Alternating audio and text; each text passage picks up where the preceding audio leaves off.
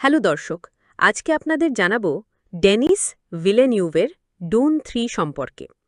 Dennis ভিলেনিউভের আসন্ন অ্যারাকিসে প্রত্যাবর্তনের আনুষ্ঠানিক নাম ডুন পার্ট 3।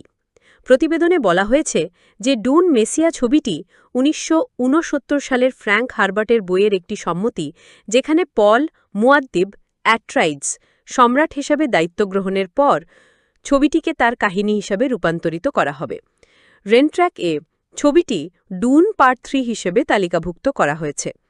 ছবিটিতে আইম্যাক্স ক্যামেরা দিয়ে শ্যুট করা দৃশ্যগুলিও অন্তর্ভুক্ত থাকবে। তবে ডুন পার্ট 3 সম্পূর্ণরূপে আইম্যাক্স ক্যামেরা দিয়ে শ্যুট করা হবে না, ক্রিস্টোফার নোলানের দি ওডিসি এর পদাঙ্ক অনুসরণ করে, যা এইভাবে নির্মিত প্রথম এবং এখনও পর্যন্ত একমাত্র চলচ্চিত্র।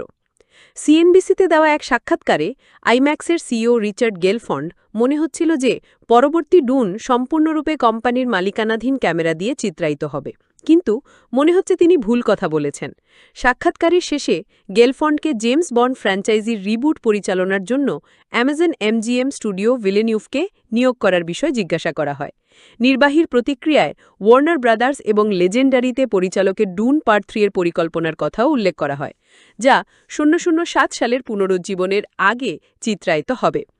ব্যক্তিগত দৃষ্টিকোণ থেকে আমি সত্যিই খুশি। আমি তাকে পছন্দ করি।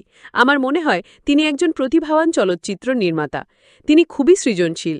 তিনি পরবর্তী ডুন তৈরি করছেন আইম্যাক্স ক্যামেরা দিয়ে। তিনি পুরো জিনিসটি চিত্রায়িত করছেন, তাই আমরা এখনও কথা শুরু করিনি। তবে আমি প্রার্থনা করছি যে বন্ডের ক্ষেত্রেও তাই হোক।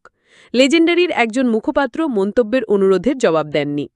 গেলফন্ড বছরের গ্রীষ্মকালীন ব্লকবাস্টার মরশুমে আইম্যাক্সের সাফল্যের কথাও তুলে ধরেন, উল্লেখ করে যে F1 আইম্যাক্স অডিটোরিয়ামে তার প্রথম সপ্তাহান্তের আয়ের ২৩% অর্জন করেছে। এদিকে mission impossible the final reckoning আইম্যাক্সের প্রথম ২ সপ্তাহে ২০% অর্জন করেছে। যখন আমরা ১%-এরও কম স্ক্রিনে থাকি, তখন বক্স অফিসের ২০% আয়ের কথা ভাবুন। জনসাধারণ সত্যি এটি দাবি করছে। ডুন পার্ট 3 এর শুটিং শীঘ্রই শুরু হতে চলেছে, যেখানে টিমোথি চালামেট এবং জেন্ডায়া একই ভূমিকায় আবারও অভিনয় করবেন। জেসন মোমোয়াও নিশ্চিত করেছেন যে তিনি পার্ট 3-তে ফিরে আসবেন, প্রথম ডুনে অভিনয় করার পর পার্ট 2-তে উপস্থিত না হওয়ার পর। গত বছর ভিলেনিউ ছবিটি সম্পর্কে কথা বলেছিলেন এবং বলেছিলেন যে ডুনের পরবর্তী কিস্তি তার দৃষ্টিতে কোনো ত্রয়ী সমাপ্তি হবে না। প্রথমত, এটা বোঝা উচিত যে লোকেরা আমার জন্য এটির একটি বিকৃত কাজ ছিল। এটির একটি বিকৃত কাজ ছিল যে দুটি ছবি প্রথম বইয়ের রূপান্তর হবে। এটি সম্পন্ন হয়েছে এবং এটি শেষ। যদি আমি তৃতীয়টি করি, যেটি লেখার প্রক্রিয়ার মধ্যেই রয়েছে, তাহলে এটি কোনো ত্রয়ী গল্পের মতো নয়। এটি বলা অদ্ভুত, কিন্তু আমি যদি সেখানে ফিরে যাই, তাহলে এমন কিছু করা যা ভিন্ন অনুভূত হয় এবং নিজস্ব অস্তিত্ব রয়েছে।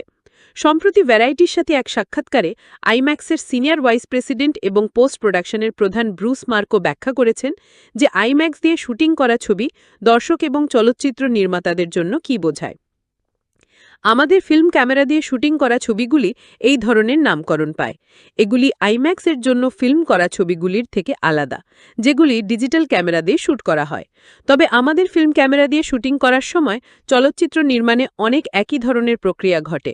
ওই ছবিগুলি এখনও অনেক পরীক্ষা নিরীক্ষা এবং পর্যবেক্ষণ করেন এবং পুরো প্রোডাকশনের জুড়ে চলচ্চিত্র নির্মাতারা আমাদের সাথে খুবই ঘনিষ্ঠভাবে কাজ করেন, কারণ এটি আমাদের সেটের ক্যামেরা, যেখানে আইম্যাক্সের জন্য ফিল্ম করা প্রোগ্রামটি সার্টিফাইড ডিজিটাল ক্যামেরা ব্যবহার করছে, যেটি আমাদের জন্য অবশ্যই অনন্য নয়।